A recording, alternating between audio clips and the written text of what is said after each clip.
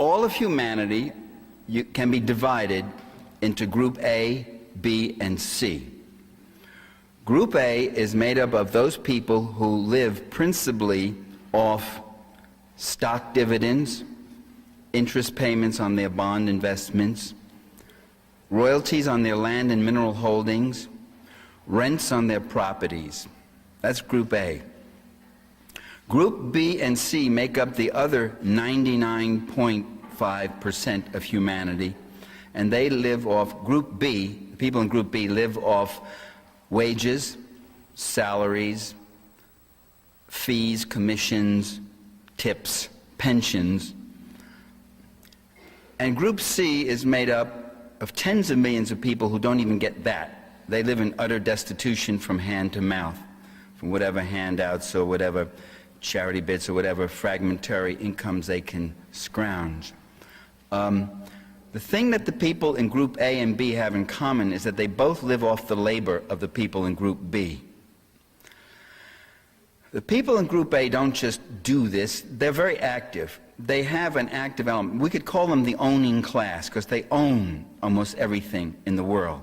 They own most of the land. They own the factories, the industries, the banks, the media. They also own a lot of the state. That is, their representatives, the politically active elements from their ranks, move in and become the secretaries of defense, secretaries of state, CIA directors, and they're the ones who also filter out in the beginning with the very first primary. The primary before the one you get to vote in is called the money primary, and they, with their contributions, they filter out who will be the suitable candidates and who will be the unknowns, and who will be designated at the very beginning the front runners. Now, they take great pains at trying to keep the world this way because they love it that way. I know in the movies you see things about the unhappy rich. Don't believe it for a minute. They love having their private planes and their estates and all their wonderful things and their power and their prestige and their immense wealth. And most of all, they're very concerned about those instruments of organization which accumulate that wealth for them, which are called the giant multinational corporations. Corporations are called producer interests.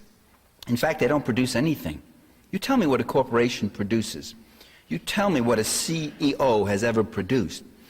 They are, in fact, organizations for the extraction of surplus value from the workforce. They're organizations that to mobilize economic and political power to make the world safe for Group A. They don't do that directly in many cases, but they pick the people, they pay the lobbyists, they pay the campaign fees, they do all that stuff, and the state then comes in. That component of the state, not the entire government, but that special component of the state known as the national security state, which is made up of the White House, the Defense Department, the State Department, the CIA, military intelligence, the Joint Chief of Staffs, FBI, and a few other elements here or there. That national security state, its function is to make the world safe for the Fortune 500 and for the people in Group A. And the history, and this is why the history of U.S. foreign policy, especially after World War II, is a history of bloody, repressive interventions on behalf of the people of Group A. U.S. leaders profess a dedication to democracy, yet over the last 50 years, the U.S. national security state has been a key force in overthrowing reformist democratic governments in Guatemala, Guyana, Dominican Republic, Brazil, Chile under Allende, Iran under Mossadegh, Uruguay, Syria, Indonesia under Sukarno, Greece, twice in Greece, Argentina, twice, Haiti, Bolivia, and other countries. These lists, I'm going to give you some lists, they are far from complete. And they replaced them with pro-capitalist military regimes that opened up their markets, opened up their resources, opened up the labor markets to them, and said, come on in, boys, here it is, it's all yours. And if our workers get out of line, if they start organizing and all, we can beat them down. We have death squads, trained, equipped, paid for. We have a Guardia Civile, a military trained, equipped for, advised by your people. All you do is take care of me, my brother Jose, my family, a few other people, and the little 5 or 6 families that own most of the land, and we'll take care of everything else for you. There's no occupational safety to worry about. There's no minimum wage to worry about. There's no environmental protections to worry about. There's no labor collective bargaining protections to worry about. There's no consumer protections. There's no child labor laws. You just come on in here. It's the free market in the free world. And that's what we're all about. And you tell your people, too, at home, that you're defending democracy, that you're bringing elections to this country and the like. But you don't talk about this part of it. The U.S. has also been active in covert actions or proxy mercenary wars against popular revolutionary governments in Cuba, Angola, Mozambique, Ethiopia, Portugal, South Yemen, Nicaragua, Cambodia, East Timor, Western Sahara, and elsewhere. They've been active in forcibly overthrowing reformist governments in Egypt, Lebanon, Peru, Iran, Syria, Zaire, Jamaica, the Fiji Islands, Afghanistan. Before the Soviets ever went into Afghanistan, the CIA was in there through the Pakistanis, ready to destabilize the country. Since World War II, U.S. direct military invasions, now not proxy wars, not subversion, not CIA destabilization and terror and death squads, but direct military invasion with U.S. forces since World War II, or aerial attacks by U.S. forces in Vietnam, Dominican Republic, North Korea, Laos, Cambodia, Lebanon, Libya, Grenada, Panama, Iraq, Somalia, and now Yugoslavia. When you ask, why is U.S. in Yugoslavia? Why not? They're everywhere else. It's an empire, my friends. It's an empire. And the empire extracts the resources of the republic in order to maintain its imperialist network. It's an empire with 300 major military bases and 2,000 minor bases all over the world. That's a matter of public record. I'm not just arguing that point. It's a matter of public record. Not that it's much taught and rarely ever mentioned in the mainstream media.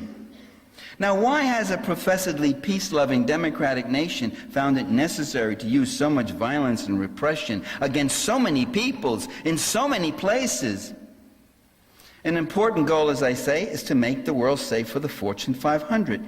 Governments that strive for any kind of economic independence, governments that support any kind of populist redistributive politics, which is extracting, say, as Allende did in Chile. In the 3 years he was in office, he took a portion of the gross national income, maybe about 5 or 6 or 7%, shifted from the people in Group A, the people who lived off their investments, to the people who lived off their labor.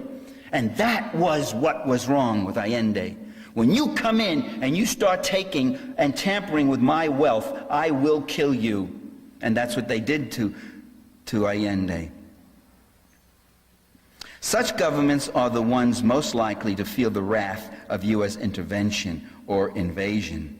The designated enemy can be a reformist, populist military government, as in Panama under Torrijos, and even under Noriega, Egypt under President Nasser, Peru under Velasco, Portugal after Salazar, when the generals came in. It could be a Christian socialist government, as in Nicaragua under the Sandinistas. It could be a social democracy, popular front, as in Chile under Allende, or in Jamaica under Michael Manley, or in Greece under Papandreou in 1965, or the Dominican Republic under Juan Bosch. Or it could be a Marxist-Leninist government, as in Cuba, Vietnam, North Korea. It could be an Islamic revolutionary order, as in Libya under Gaddafi, or even a conservative militarist regime, as in Iraq under Saddam Hussein. Saddam Hussein was CIA. He was put in by the CIA, and his job was to stop and put a brake on the Iraqi Revolution. And he was our boy. He was the White House's boy for a long time. But then he started doing some funny things like free medical care, education. Iraq had one of the better standards of living in the entire Middle East. And then he started doing something that was totally unacceptable, trying to fight for a better deal on the oil prices against the Seven Sister oil cartels. And that's when, of course, he had to be done in. The U.S. is also the most active promoter or protector of drug traffickers who serve the gangster functions of U.S. policy, which is terror, assassination, intimidation, late 1940s Corsica and Sicilian drug mafia, communist longshore unions, which were honest and militant and dedicated and political, were smashed by these gangsters and terrorists with the help and aid by the CIA, and the payback that the CIA gave to these gangsters was a free hand in the drug trades.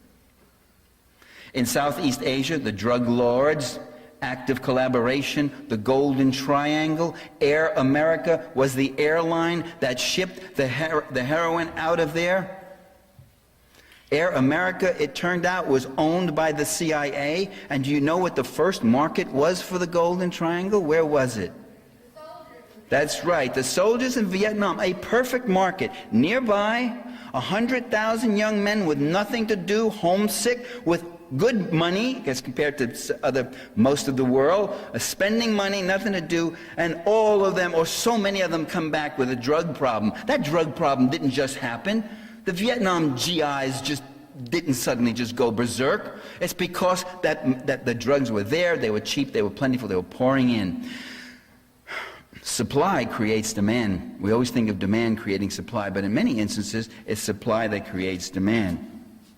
In Afghanistan, the Mujahideen who fought against the Soviets were drug dealers. I remember seeing it prominently displayed in the Washington Post on page 22 to 35th paragraph. With the Mujahideen back in power, the heroin supplies, much of which reaches the American streets, will now increase in abundance. I said, isn't this amazing?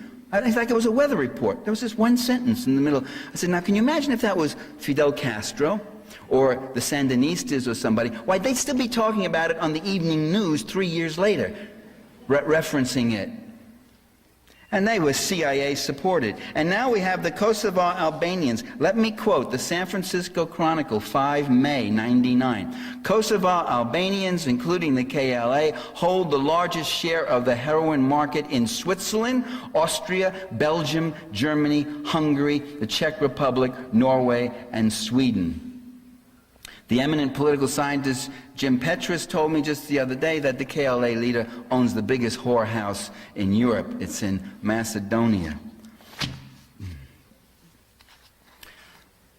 The poverty that we see throughout the third world, those people struggling in Group B, many of them falling into Group C, the hundreds of millions of them, that poverty is not an original historical condition.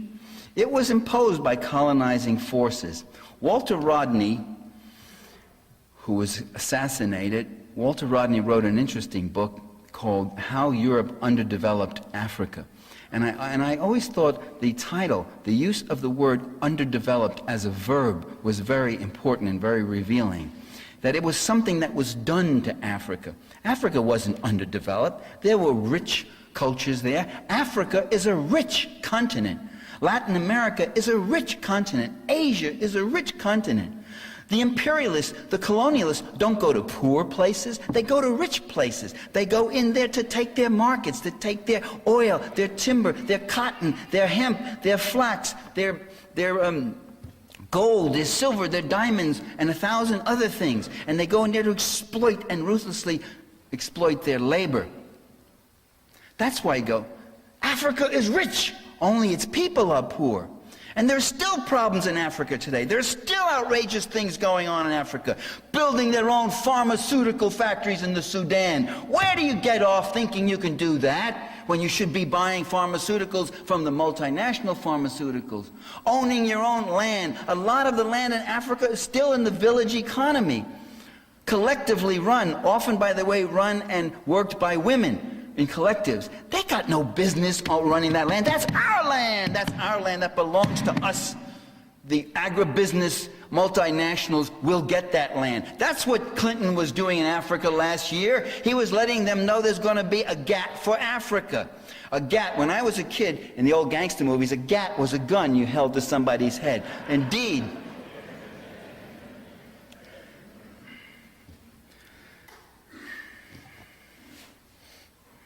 It's getting worked up here.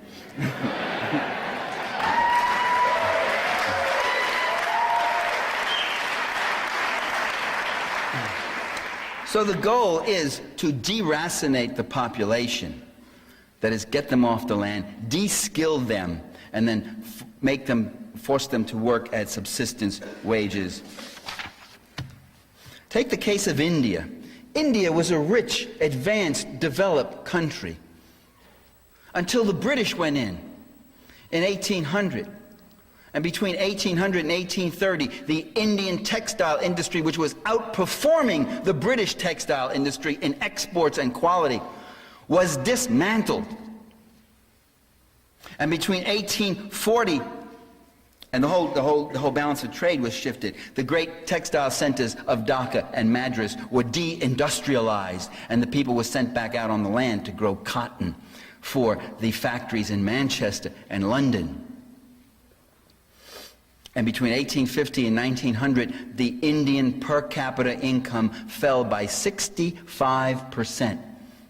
So that poverty in the third world, that so-called underdevelopment, these so-called developing nations that are now beginning, like little children, learning how to walk, and we will help them along. These countries are not underdeveloped. They were overexploited. They're maldeveloped.